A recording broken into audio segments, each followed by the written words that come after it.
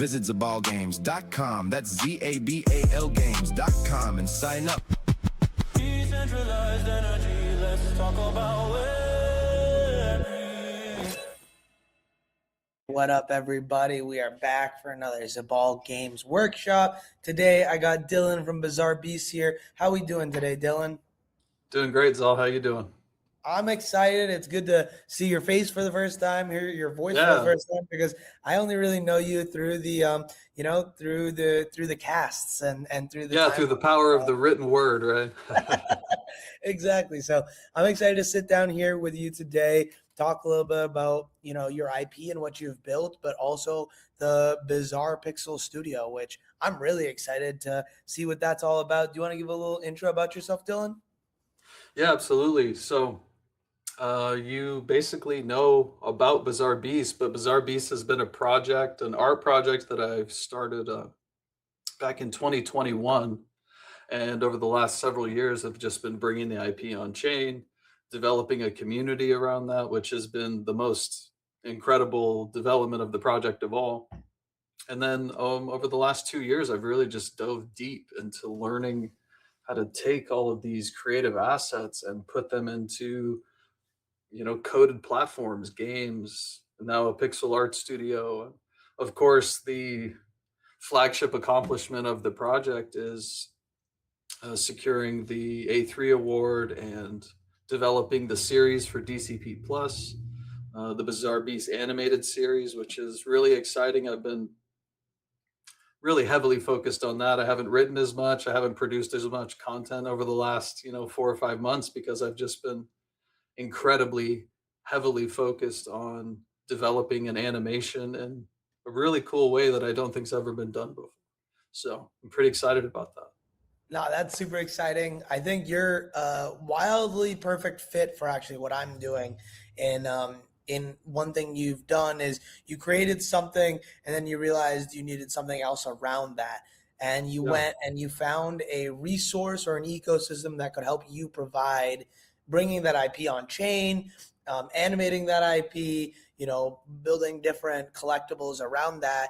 And I think that's the really cool use case of these NFT like projects that stay and last, right? A lot of them don't last past the initial moment, but when they do and when they're around for years on end, like you guys have been, you slowly build things over time into this is another place you can use our IP. This is another place you can use our IP. And it slowly becomes a lot bigger than just this art project is where it initially started. And it can be brought to life by the individuals that are a part of it. And that's one of the most beautiful things of it all, when it's like, I'm sure there's things that you've done where you had no idea you were going to do it, but because the community pushed you that way, you just went and rocked it out. I would almost say the entire project has been unexpected also to me, I've really tried to remain flexible. Even when I launched the project, it wasn't like NFT collection time.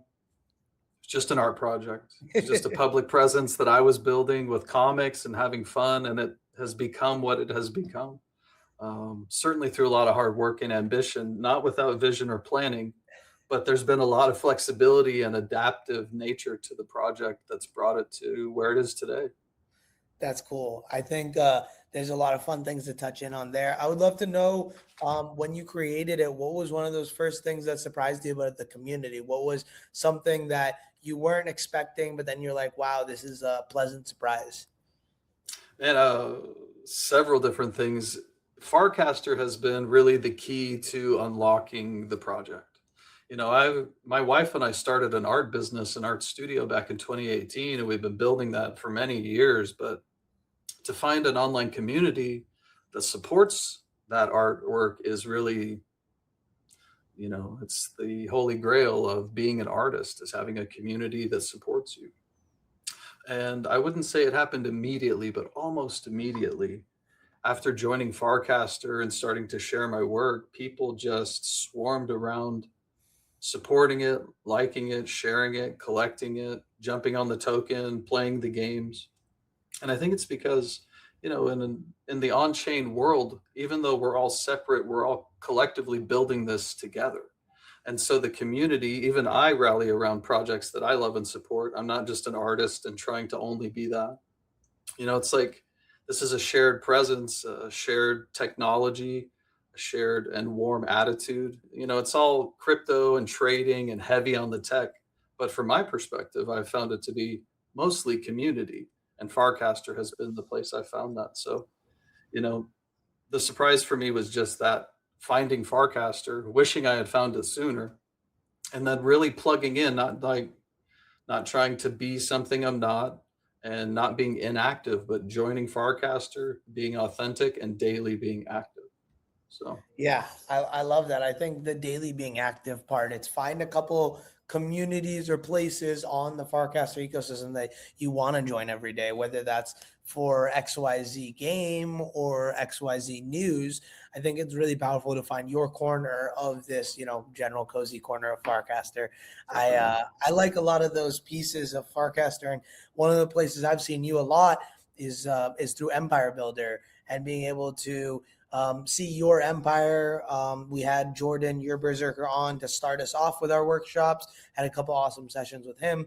We had Fly on last week to talk about the read opportunities that people could create with some of the API endpoints that are out there with the Empire V3. I think Empire Builder for me has been a really great place to plug in and tap in and try things out, that we can use some of these tools and resources to bring some of this stuff together. I think for me, I really enjoyed the fact that I could bring in an NFT or an ERC20 as a token booster and still be able to give value to those individuals that may have purchased that a year or 2 years ago, and be like, hey, here's a place where that asset is valued more than it was before. And I think that in and of itself can be a really powerful way of bringing things together, especially assets and IP. Yeah, I'd love to know a little absolutely. bit more about your empire story or journey, or how you started your empire and how you've Yeah, liked using the tooling. yeah, sure. It's been like Empire Builder has been a huge unlock for me as an individual builder, and for the community that holds my artwork and holds my token. Because the thing is, like, yeah, it's a warm community and all that, but we're all also into crypto, and we're all also into tokens and coins, and we want them. We want to collect them and keep them and trade them and buy and sell them. And so the thing is, as a creator, from my perspective, I had NFTs and now I have a token, and I can sell the NFT for the token. But then where does it go? What carries the token forward as a part of the business, you know? And that's what Empire Builder represents to my project. It's the utility pill, it's the entire platform and function that gives the token so much utility, so much activation. There's rewards, staking, as you mentioned, boosters through NFTs. I have different leaderboards set up for different actions that have taken place throughout the life of the project. Like if you voted for the project in the A3 award, there's a leaderboard for that, and it's specific, and only those people have access to it. So over time, the Empire crew, your Berserker and Fly, have really built out all the things that I've needed and other people have needed in order to have a plug and play solution for, well, what do I do with the token once it's here? And I love that. Yeah, I like that a lot, because I think you said it at the beginning, we're in crypto and we all love to participate in this on-chain economy. But at the same time, I find it hard to understand from one token to the next what the difference is, other than the individual leading it. And I think Empire Builder really gives the founder the opportunity to do what they want, make it unique, make it their own, and add that custom flair of Yeah.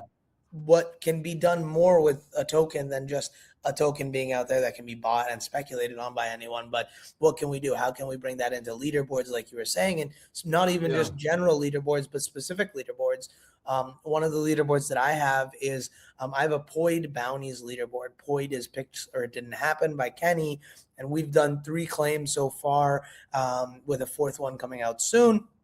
And the goal is anyone who's ever submitted to a Poid bounty will get one, extra point for every single boy bounty they've tried to be a part of. And that gives me over time the ability to only one winner for our point submissions are being rewarded, but still able to include the people who not only have submitted for this active bounty, but any previous bounty as well, which is really cool. And I was able to code that all in my own and put it on my website and import that right into Empire Builder with no problem and be able to distribute out funds that way, which was amazing, because if I had to do that manually, it would have taken more time. And that's actually the reason I did saves it. a lot of time. It saves a lot of headache. It brings a lot of security and protection to the process. And the Empire API is heavily integrated into my BizarreBeasts Mini App. So there are several features that are not token gated, but they are Empire tier gated. And I've broken Tell me more about that. Yeah, so the leaderboards are top 250 token holders or whatever you set it up as. And so throughout the mini app, I have divided those leaderboards into tiers, the top 25, the next 25 to 50. And based upon your standing in the leaderboard, you have access to certain attributes and features within the mini app that maybe other people don't. So one example is there's a coin flip game in the mini app with Bisbee, his head and his butt. And depending upon your tier in the Empire, you get more daily flips or less. In the meme generator, if you're higher tiered, you can remove the watermark, just different kinds of things. So it adds a lot more fun utility to. Yeah, I made that custom just using the API. Yeah. Okay. Interesting. Okay. I'll have to look into that, because that sounds like a really fun way of incorporating like top 10 on the leaderboard, get XYZ thing. Being able to do that's pretty cool. I'd grab that agent skill from the Empire site and give it to your coding agent and start discussing what capabilities the API would provide you within your mini app. You might be not surprised, but happy about the different features that are ready to go. I like that. That will be one of my first tasks in the open build session, because I've had some ideas for Empire Builder, but I've always been like, okay, like this is an idea.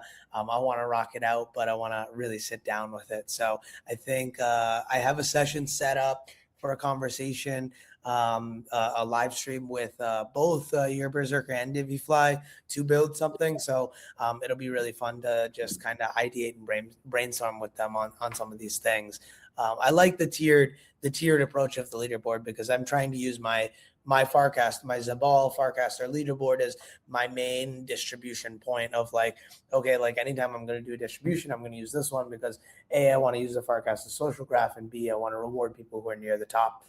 So I think it'd be really cool to be able to set up tiers on that. So I'll check that out. I appreciate that little tidbit of advice. Do you want to share any of the other Farcaster tools or communities or ecosystems that you've been able to tap in with that's been another opportunity to share that IP? Oh yeah, man. I've done several different collabs. Some of the projects that I've collabed with now are unfortunately, not operating anymore, like Influence. And but Ali's a great guy, and I still consider it one of the great collabs of the projects so far. I've collabed with the Thank You So Much community, several of the different empires like Scum, Politics, Your Berserker's Empire. I'm sure we'll be doing some collabs. I've collabed heavily with the Farverse project. Especially heavy in the Slay to Earn game. So I've really been open to collabing and sharing and trying to recreate things that are both bizarre and complement other projects. And it's been really fun to do all those collabs. That's awesome. Yeah, I think that's my favorite part of the space. Yeah. Awesome. Do you want to get a little bit into the Bizarre Pixel Studio? Yeah, it's like a little different project that was born out of. So a little background, with this animated series and the things that I'm creating for DCP Plus, there's like, in all vulnerability and honesty, this is way outside of my professional training and wheelhouse. I went to school as a finance major. I've been doing business development and entrepreneurship, certainly in creative fields, but never anything quite like this. So this task of creating these assets for, what is an animated series has been a big task, especially as kind of a solo creator. You know, my wife's helping me with the sound design and the sound effects and the music, but the responsibility is falling to me as a person to get it done. So through that, I have really had to flex my creativity and my brain and develop tools and assets, not just drawing artwork that would expedite and increase my power as an artist in order to create a hand illustrated cartoon in a really short amount of time and make it impressive and cool and fun. So this Bizarre Pixel Studio was kind of born out of that. So I'm going to share my screen. Go for it. Amazing. Okay, so to start, this is the Bizarre Pixel Studio. And is this No. available for anyone to participate in? This is, you can go to pixel.bizarrebeasts.io. It should be live on Farcaster as a mini app as of this morning for this call. But anyone can visit the site. It's a free to use tool. And in essence, there's a lot of power in this. You're able to paint and create pixel artwork, but that artwork has an underlying piece of code underneath it. So I'll just give you some example as I have built into the platform.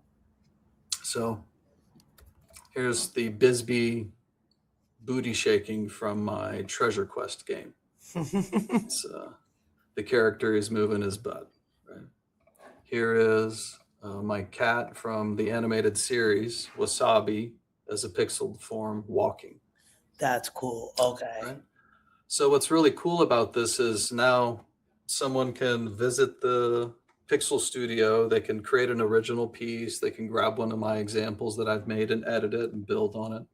But here's where the power comes in, is underneath this artwork is code, a small piece of code that translates the art into code. So this is pretty powerful because you can use it in HTML websites if you're building games. If you need to store artwork, it's, you know, a lower memory footprint than the images themselves. And the tool I've built in several different ways to export just PNG, pixel art. CSV. Yeah, all pixel art. Yeah. That's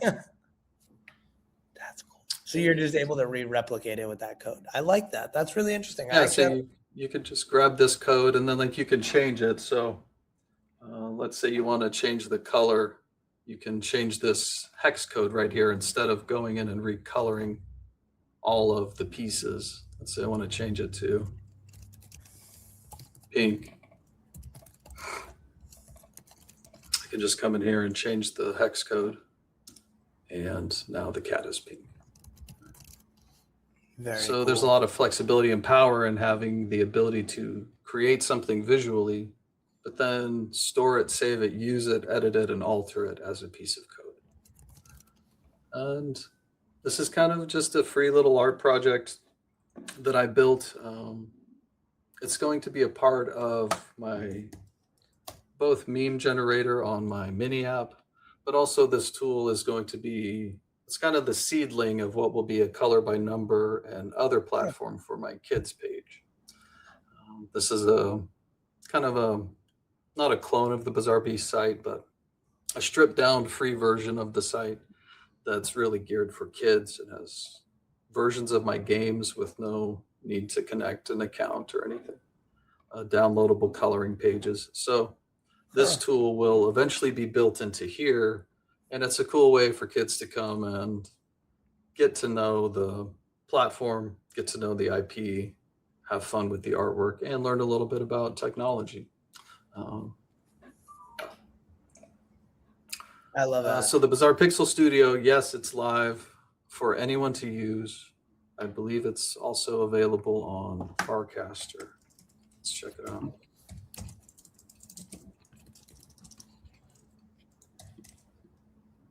Should be live. Yeah, there we are. Amazing. So make sure you guys try it out. Yeah, so go check it out. It's just a fun little tool that you can use to make artwork. Watch for probably some contests coming up in the BizarreBeasts Mini App using the Pixel Studio, and that'll be a lot of fun. So. I love it. Let me pull this down. Yeah, no, that's really cool. So how did you just kind of recently build this? Is Is there what's the intention behind building this? I know you said you want to pull it onto the kids page. Is it just like an idea you had on a whim and you're like, okay, this would be a cool thing to have? Yeah, Or is it like part of this grand plan? it's part of the grand plan, but it was a spur of the moment idea that developed in the grand plan. The idea stemmed from the fact that I'm developing some components for the animation, and in the show, there are screens in a laboratory. And I want the art style within the lab screens to be different than the art that I'm drawing, for the series. That's So I cool. was developing a tool in order to have that To make done. that easier. Yeah. Yeah, and that Pixel Studio, I didn't show it to you, but you can upload or import images into it. It'll try to make them a pixel art. You can even copy and paste images in. So every idea that you see within this project is all building upon itself in a very connected, woven structure. If I didn't build the games that I built 2 years ago, I wouldn't be able to create this animation today. So it's all stepping stones, consistently, daily, building, creating, building. And then at the end of a couple of years, you have this massive footprint of IP and architecture and software. I mean, shit, I've built like over 80 different tools in an animation studio that I've coded out to expedite processes within this series development. Otherwise, I'd be manually doing all of that in After Effects, Photoshop, and all those things. Yeah, I can understand that. We got a question from Nacho here. Were you always a digital artist or traditional artist that switched to digital with emerging tech? Did you go to school for art or self-taught? Self-taught. I did not go to school for art, but I wanted to. I was a 90s kid, and in the 90s, if you wanted to be an artist, you were told, don't do that, you won't make any money. And they were right. So I went to school for finance, and I was a business guy. I worked as a financial advisor. I've worked in marketing. I've been in business development and partnership development for a really long time. But all of my life, I've been an artist, an illustrator. And as a kid, I wanted to make a cartoon. That was like my ultimate goal. Huh. So I'm actually getting to do that now. I was just an ink and paper artist for a very long time. All of the artwork you see in my digital portfolio originated on paper with ink. But I've slowly transitioned to becoming a digital artist, especially with this project. So it's all self-taught. I've done a lot of learning and tutorials, a lot of self-practice, a lot of trial and error to become a digital artist. And certainly I have a whole lot more to learn. But that's my story. No, that's awesome. I love it, Dylan. Thank you for coming on, sharing a little bit, Yeah. getting the opportunity for me to learn a little bit more. I definitely have a couple of cool collab ideas. If not, we'll definitely have to just get you in July, come in and make something together at the same time in Sure. like an hour session, something like that could be really fun. And yeah, I'm really excited. I think there's so many cool projects that are out here in the Farcaster ecosystem that just like you built something and then continued every single day building on top of that. And I really like that mentality because I'm a very shotgun approach. I have like all these ideas and I'm just trying to get as many out as I can because I know a couple of them will die along the way, right? Getting out there. But I really like that the building on top of something you've already built and being able to understand that like I couldn't do what I'm doing today without having gone through the challenge and the struggle of working through some of the other problems right before. You can't just have been like, okay, today like, okay, we're doing this, right? It's the progressive realization of a worthy ideal. I really like that terminology for success. Sure. Okay, so we got another question from Nacho. Give me one prediction for 5 years from now that sounds completely insane today, but you are 70% sure will come true. That's crazy, Nacho, but I like it. Just some random prediction. I guess that I would say the crazy prediction I have in 5 years is that you'll be able to stream BizarreBeasts on Mars. I think Elon might make it happen for us. So I you like can look that. for that. Look for that's a good one. BizarreBeasts on interplanetary prediction. That's a great one. I like that. I mean, 5 years is so long that like anything could happen. Who knows? Yeah. That's great. Dylan, do you want to share with anyone where people can find you, reach out to you if they want to get connected? Yeah, you can go to bizarrebeasts.io. You can access all my social media. There's a contact page there as well. You can certainly find me on Farcaster. That's where I spend most of my time on socials, and X a little bit. But at BizarreBeast on Farcaster is where you can find me, bizarrebeast.io. If you got kids at home, tell them to go to kids.bizarrebeast.io and check it out. They'll have a lot of fun. I love it. Thank you so much for coming on, Dylan. Thanks, Nacho, for all the great questions, and we'll see y'all soon. See ya. Cheers. This is how keep it a Zali. From the Zal down, come proper. We eat rappers for lunch, and there's some left, we eat them for supper. I keep it a Zal, homie, a Zali. Heard the streets calling E3. I man to assignments, now the whole word here about me.